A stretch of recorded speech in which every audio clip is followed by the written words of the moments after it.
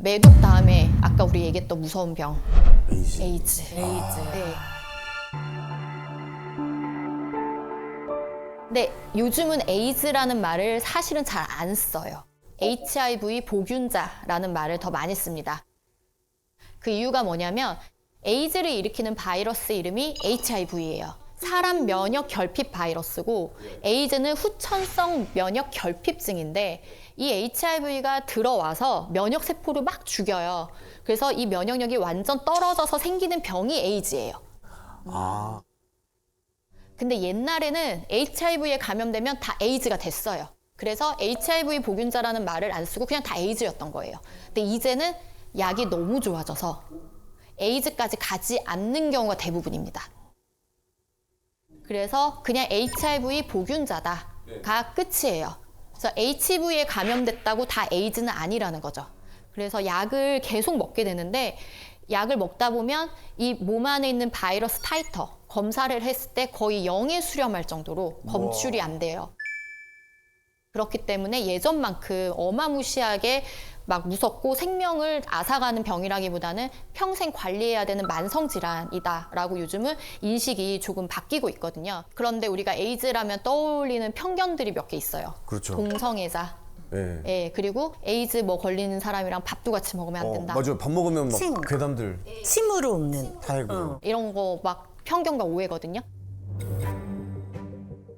성접촉으로 걸리는 경우가 사실 대부분이에요. 이 성접촉에서 보면 양성 간의 성접촉이 가장 퍼센트가 높아요. 저게 사실 양성간이라기보다는 항문성교? 일대 위험도가 조금 더 올라가는 건데 왜냐하면 항문성교를 할 때 상처가 생길 확률이 더 높아지기 때문이에요. 상처가 있으면 균이 잘 침투되겠죠. 네. 네, 그래서 항문 성교를 할 때 조금 더 전염률이 높아서 그런 동성애자들이 퍼뜨린다라는 오해가 생겼던 거고요. 실제 그 사람들이 한다고 자연 발생하는 게 아니고 전염병인 거죠. 그냥 일반적인 성관계를 할 때도 상처가 생긴다면 전염이 더 잘 돼요. 그래서 모든 성병은 남성이 여성한테 전염할 확률이 더 높습니다. 그 이유가 여성은 상처가 생긴 경우가 좀 더 많고요. 남자는 상처가 생기는 일이 별로 없기 때문에 그렇거든요. 그러면 한 번 성접촉으로 얼마나 걸리는지 보시면 근데 그렇게 높지는 않은데? 생각보다 높지 않죠. 1% 정도예요. 한 번 관계로. 그래서 막 어마무시하게 떨지는 않아도 된다. 하지만 당연히 조심하셔야 되고요. 그리고 수혈이 가장 높아요. 그러니까 피가 섞이는 게 가장 확률이 높고요. 수직 감염도 좀 높죠. 임신부가 아기를 낳을 때 수직 감염이 22%, 뭐 23% 높은데 요즘은 약이 굉장히 잘 나왔다고 말씀드렸잖아요. 그 약을 잘 복용을 하는 경우에는 1% 미만으로 떨어져요. 물론 그럼에도 불구하고 제왕절개를 합니다. 그러면 아기는 괜찮아요. 아이한테 네. 균이 안 가요? 네. 그러면 저희가 타액으로 옮는다 봐. 이거는 사실 아니네요. 아닙니다. 성관계에도 1%인데. 그럼 관계를 할 때 네. 콘돔을 끼고 하면은 그런 어떤 그 전염 능력이 없는 건가요? 많이 떨어집니다. 확률이. 만약에 보균자인데 애인이 생겼어요. 애인은 비보균자예요. 근데 두 분이 연애를 할 때는 어떻게 해야 하느냐? 이분은 항바이러스제, HIV 치료제를 복용을 하시고 이 상대는 프랩이라는 약을 먹어요. 예방약이에요. HIV 예방약을 먹고 이렇게 두 분이 관계를 하면 전염률은 거의 0이다. 그러니까 죽는 병이라기보다는 평생 관리하는 병. 네, 이렇게 바뀌고 있습니다. 당연히 그래도 걸리면 안 되니까 항상, 항시 사람을 만날 때 조심하시고 파트너가 바뀔 때마다 검사를 꼭 하시는 걸 추천을 드립니다. 성기사마귀, 콘딜로마, 곤지름 들어보신 적 있으시죠? 아, 곤지름으로 들어본 적 있어요. 외음부에 이렇게 몽글몽글하게 뭐가 생겨요. 그러니까 사마귀 덩어리 같은 게 생기는 거거든요. 이런 질환이 생기는 바이러스를 HPV라고 하는데 이런 성기사마귀도 일으키지만 암 종류를 일으키는데 자궁경부암, 아, 그리고 남성의 성기암, 항문암, 두경부암, 드물게 여성의 질암 이런 암들을 일으킬 수 있어요. 그래서 자궁경부암 백신 주사라고는 많이 들어보셨을 거예요. 그게 바로 이 HPV를 예방하는 주사입니다. 현재 12세에서 17세 여성분들 나라에서 주사 놔주니까 꼭 맞으시면 좋고 26세까지는 항체가 가장 의미 있게 생긴다라고 되어 있어서 26세 이전에 맞는 걸 가장 추천을 드리고 나이가 더 들어도 맞는 게 좋은데 근데 이거는 여자만 맞는 거잖아요. 맞아요. 나라에서 해주는 거는. 근데 남자분들은 돈 내고 맞으실 수 있습니다. 맞을 수 있어요. 네, 두경부암이나 성기암, 항문암 예방 효과가 있기 때문에 둘 다 맞는 게 낫지 않나? 둘 다 맞는 게 좋겠네. 네, 남자도 맞는 게 좋고 해외에서는 실제로 남성분들이 굉장히 많이 맞아요. 두경부암 때문에.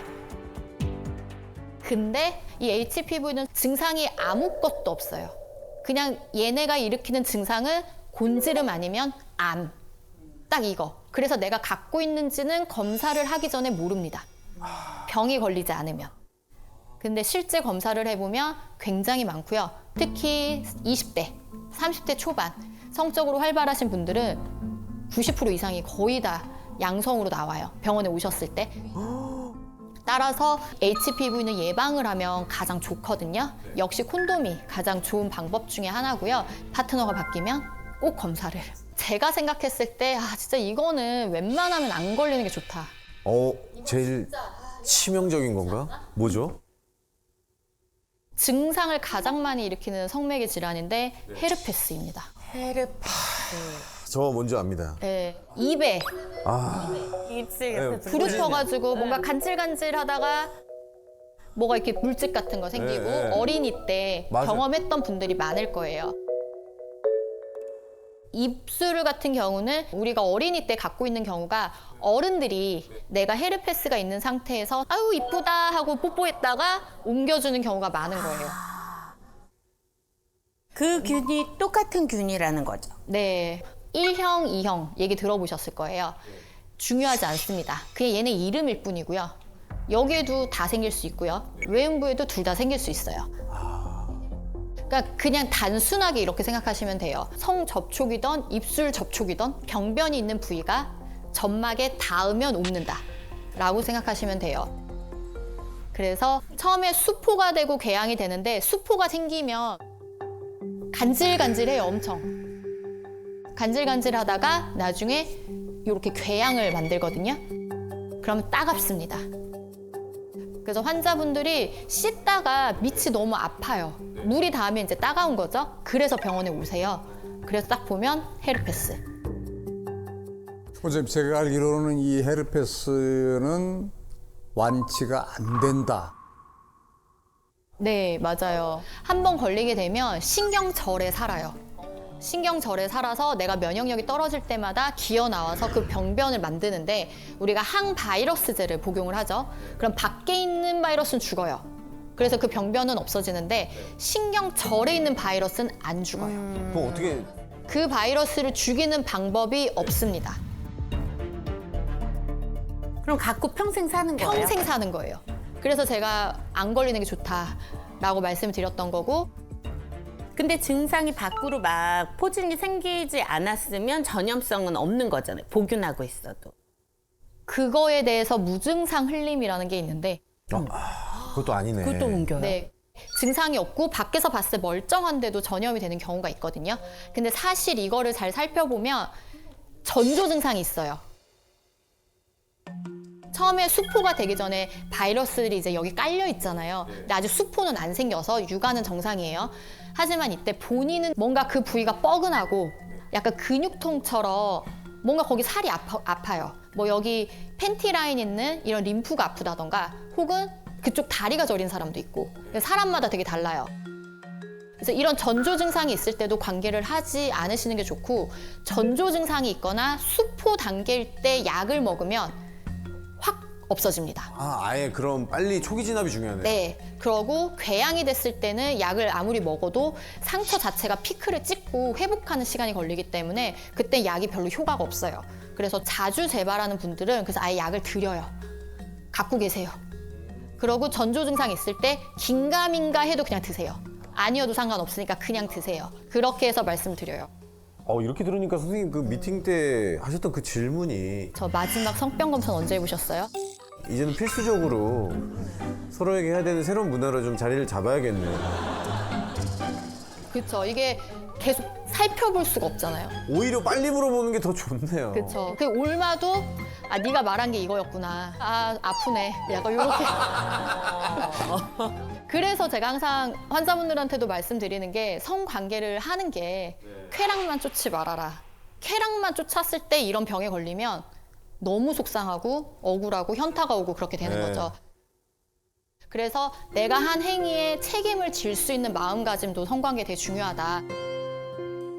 그리고 흔히들 오해하시는 게 질염 막 이런 게 있다? 이런 분들은 오히려 성관계 질환이 아닙니다. 그냥 혼자 걸리는 게 많아요. 증상을 일으키는 질염은 사실 크게 두 개가 있어요. 사실 거의 이 두 개밖에 없어요. 하나는 세균성 질증이라고 해서 가르넬라 베지날리스라는 균에 의해서 걸립니다. 이 균이 질에 원래 살고 있는 균이에요. 그런데 원래는 좋은 균이 많고 잡균들이 그냥 이렇게 꾸질꾸질하게 있는데 얘들이 확 늘어난 거죠. 얘들이 확 증식하고 좋은 균이 밀려 나온 거예요. 이렇게 되면은 질내 환경이 완전히 바뀌게 되거든요. 그렇게 되면 증상이 냄새가 엄청 나요. 아, 원래 우리 냉은 냄새가 안 나요.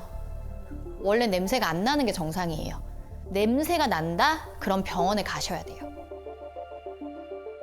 그리고 노란색 냉이 나옵니다. 이 두 가지 증상이 세균성 질증이고 질내 밸런스가 깨져서 생긴 거다. 그러니까 내가 뭐 어떤 균이 들어오거나 뭘 잘못해서 생기는 건 아니고 면역력이 떨어지거나 그냥 이 안에서의 밸런스가 그냥 붕괴된 것 뿐이기 때문에 병원에서 항생제를 먹으면 다시 원래 밸런스로 돌아가게 됩니다. 근데 이걸 안 하잖아요. 그냥 계속 이 상태로 있어요. 원래대로 돌아가지 않아요. 그럼 계속 냄새가 나는 거죠. 근데 한 달에 한 번 그 생리 주기가 끝날 때쯤에는 약간 그런 증상들이 좀 있잖아요. 그래가지고 안에 씻어내는 막 세정제 막 이런 거 요즘에 질 안 세척 네, 말씀하시는 쫙, 거죠. 네. 그런 걸로 셀프 관리를 하는 건 안 될까요? 그 생리 끝물은 사실 피 때문에 나는 냄새예요. 피가 질 안에 소량 고여서 산화가 되다 보니까 균들하고 섞이면서 냄새가 좀 날 수 있는 거거든요. 그럴 때 그 냄새는 되게 예민하신 분들은 본인은 맡아요. 그게 싫다면 안쪽을 그렇게 세척해내는 거는 나쁜 방법은 아닌데 근데 자꾸 사용하면 정상적으로 잘 있는데 뭐가 들어와서 흐트러뜨리는 거거든요. 그래서 평소에 사용하는 거는 완전 비추입니다. 그 두 번째, 칸디다 질염이라고 있어요. 쉽게 곰팡이라고 많이 말을 하기도 하고요. 정확하게는 진균 감염인데요. 인터넷에 찾아보시면 치즈 덩어리 같은 분비물이 나오는 게 특징입니다라고 되어 있는데 실제 임상에서 보면 치즈 덩어리 같은 분비물이라기보다는 녹색이나 물 같은 냉이 속옷이 젖을 만큼 나오거나 약간 노란색의 납작한 그런 덩어리 같은 분비물이 나오는 게 칸디다 질염. 그리고 이게 나오면서 질 입구가 엄청 가려워요. 그런데 이 칸디다는 우리가 몸 안에 다 조금씩 가지고 있어요. 이런 피부 밑에도 다 조금씩 있고. 그런데 이렇게 자주 걸리시거나 하는 분들이 있는데 1년에 6번 이상 걸리면 저희가 만성 칸디다라고 하고요. 최근에 타이트하게 한 3번 걸려도 만성을 의심해봐라 라는 데이터가 있어요. 그래서 만성으로 걸리시는 분들은 이게 몸에 많은 거겠죠. 많고 면역력이 떨어져 있는 거예요. 이런 경우에는 만성에 준한 치료를 따로 하셔야 됩니다. 그리고 또 막 성관계 할 때마다 이거 걸린다. 그래서 막 남자친구한테 옮은 것 같다. 이렇게 또 병원에 와서 말씀하신 분들이 계시는데 관계하고 나서는 일시적으로 분비물도 나오고 뭔가 냄새도 나는 것 같고 질염인가? 이렇게 오해하신 경우가 많아요. 근데 콘돔을 쓰지 않고 하는 성관계에서 남성의 쿠퍼액이 여성의 질 안에 다 고여 있게 됩니다. 그리고 여성도 평소보다 분비물이 더 많이 나오게 되죠. 이게 또 다 질 안에 고여 있게 돼요. 그리고 남성의 쿠퍼액은 염기성이고 여성의 질은 산성인데 이 쿠퍼액이 들어옴으로써 이 산도가 깨져요. 그럼 약간 일시적으로 흐트러지겠죠. 그리고 분비물이 고여 있으니까 이게 한 3일, 5일 정도 흘러나와요, 계속. 그리고 막 열심히 냄새를 맡으면 냄새가 나는 것도 같아요. 근데 이 분비물이 밖으로 나오고 젖상균들이 열심히 일을 하고 우리 점액에서 삼출물도 열심히 일을 해서 다시 원래 컨디션으로 바꿉니다. 그래서 아무것도 안 해도 원래대로 돌아간다. 그래서 옮는 게 아니에요. 하지만 관계 후에 질 점막이 자극되니까 세균성 질증도 칸디다 질염도 조금은 더 잘 걸릴 수 있다. 상대 때문은 아니지만 성관계는 원인의 하나일 수 있다. 이렇게 생각하셔야 돼요. 그리고 굉장히 많은 분들이 분비물이 나와도 질염인 줄 아세요. 질염은 제가 앞서 말씀드린 그런 증상이 있는 게 질염이고요. 분비물은 그냥 분비물이에요. 이거를 질염이라고 생각하고 나는 계속 질염에 걸린다. 질염 여자의 감기다. 뭐 이럴 때마다 막 질정을 넣어야 된다. 이 제품을 사서 써야 된다. 뭐 질 안에 넣고 뭐 밖에 따르고 뭐 별게 많은데 그런 제품들을 저는 사실 선호하진 않는 편이에요. 이건 뭐 사람마다 다 다르니까. 그 이유가 그 후기를 자세히 보잖아요. 제가 일주일 썼는데 아직 잘 효과를 모르겠어요. 라면은 더 써보세요. 라고 하시거든요. 더 썼더니 좋아졌어요. 이런 댓글들이 있어요. 근데 우리 냉의 사이클이 있거든요. 가만히 둬도 좋아지는 시기가 온 거예요. 우리 냉은 배란기 때 투명하고 콧물같이 그런 찐득한 냉이 나와요. 콧물 같은 냉이 일주일 정도 나오고요. 그 다음 일주일은 약간 하얗고 몽글몽글한 냉이 나와요. 그리고 그 다음 일주일에 생리하고요. 그 다음 일주일에 뽀송뽀송해요. 그러고 다시 콧물. 몽글몽글, 생리, 뽀송. 이 사이클이 돌고 근데 이 정도의 차이는 사람마다 좀 있고 내 컨디션에 따라서 또 매달 달라요. 그래서 사실 질 안에 뭔가를 하는 거는 굳이 할 필요는 없고요. 왜냐하면 질 안에서 아이들이 열심히 활동을 해요. 깨끗하게 유지하려고. 위산처럼. 대부분의 것은 우리 몸은 알아서 잘 자정작용을 한다. 이렇게 생각을 하시면 될 것 같아요.